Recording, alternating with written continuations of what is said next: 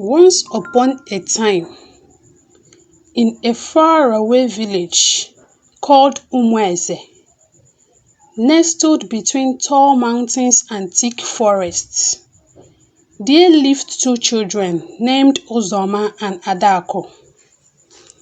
They were brother and sister, but what made them different from the other children in the village was that they had no mother.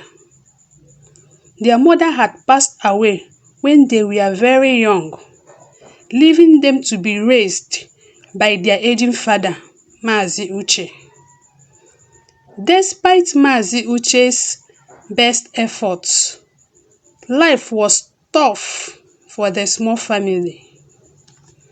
Uzoma, the older of the two, was strong, brave, but his heart ached with the burden of being both a brother and a protector to Adaku. Adaku, on the other hand, was gentle, with a voice so sweet that even birds would stop to listen when she sang. But despite all this, deep inside, she longed for the warmth of a mother's love. The villagers, though kind, often whisper about the children, saying that without a mother, they would never truly grow up strong. But Uzoma and Adaku did not let the whisper bother them. Instead, they leaned on each other for strength. One day, Mazi Uche fell gravely ill. The village healer tried all she could, but nothing seems to help. With Mazi Uche's health declining, Uzoma and Adaku knew they had to do something, but they didn't know what. Late one evening, as the sun dipped behind the mountains, Adaku remembered a story their mother used to tell them before she died. A story about a magic fruit deep in the heart of the forbidden forest. The fruit was said to have the power to heal any illness, but the forest was not an ordinary one.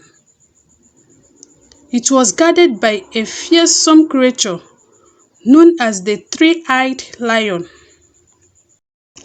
Uzoma, we must go to the forbidden forest and find the fruit, Adaku said, her voice trembling with both fear and determination. But Adaku, Uzoma replied, the forest is dangerous. No one who has gone in has ever returned. I know, Adaku said softly, but we must try. Papa's life depends on it. Uzoma knew she was right. So the next morning, before the first light of dawn, the two children set out on their journey. They carried only a small bundle of food, a flask of water, and the courage in their hearts. As they entered the forest, the trees seemed to close in around them, their branches like the arms of dark spirits reaching out to grab them. The air was thick with the scent of damp earth, and the only sound were the distant hoots of owls and the rustling of leaves underfoot. But Uzoma and Adaku pressed on, their thoughts focused only on saving their father. After hours of walking, they came across an old woman sitting on a fallen log. She was dressed in a tattered clothes, and her hair was as white as the clouds in the sky. She looked up at them with piercing eyes. Where are you two going, young ones? She asked in a voice that was as old as the hill. We are looking for the magical fruits to save our father, Uzoma replied. The old woman nodded slowly. Many have sought the fruits, but none have succeeded. The three-eyed lion is not easily fooled, but perhaps you have something the others did not. What did you mean? Adaku asked. Her curiosity pricked. Only those with pure hearts can pass the trials of the forest, the old woman explained.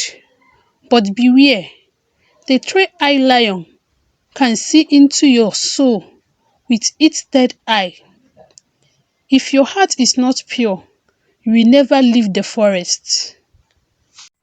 Uzoma and Adaku thanked the old woman and continued on their way, but her words weighed heavily on their mind. As they ventured deeper into the forest, they came across a river as wide as the village square. There was no bridge, and the current was too strong to swim across. Just as they were about to give up, Adaku noticed something shining on the riverbank.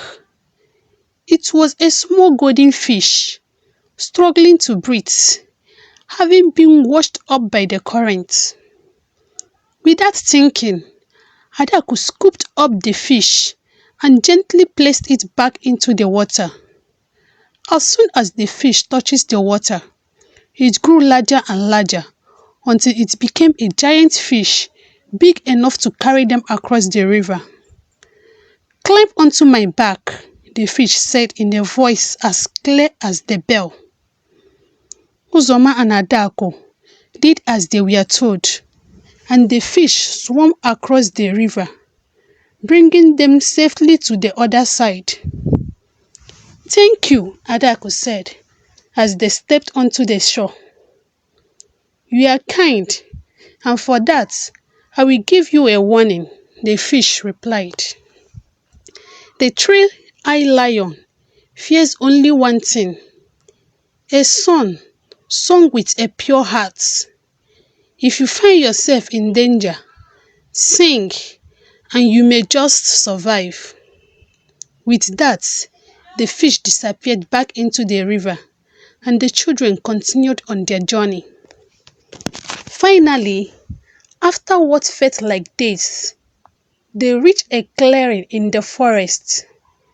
In the center of the clearing stood a single tree, its branches heavily with golden fruits.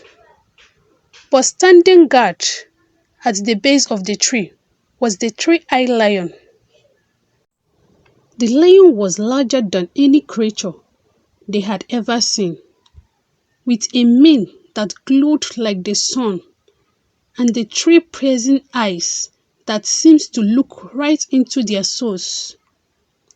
The lion let out a defending roar that shook the ground beneath their feet. Uzoma stepped forward, trying to muster all his courage.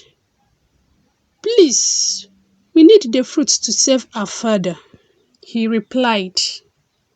The lion's third eye opened wider, and it seemed to peer into Uzoma's heart. Many have come here seeking the fruits, but they were all greedy and selfish. Why should I believe you are different? Uzoma's mind raced. He knew that the lion would see through any lie. He was about to lose hope when he remembered the fish warning. Adaku, sing, he cried. Adaku, her voice trembling, began to sing the song their mother used to sing to them every night. The song was filled with love, loss, and the longing for a mother's embrace. As she sang, the forest grew still, and the lion's eyes softened. Tears welled up in the lion's third eye. Your song is pure, the lion said. in a voice filled with sorrow. Your hearts are true. Take the fruits and save your father. But remember this, the greatest power lies not in strength, but in the love you share. With that, the lion stepped aside, and Uzoma quickly plucked the golden fruits from the tree.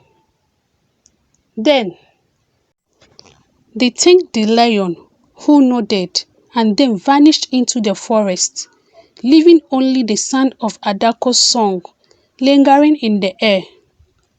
The journey back to the village was much easier, as if the forest itself was guiding them home. When they arrived, they quickly gave the fruits to the village healer, who prepared it for their father. Within moments of eating it, Mazi Uche's strength returned, and the color came back into his cheeks. The villagers were amazed when they heard the story of the children's bravery and pure hearts.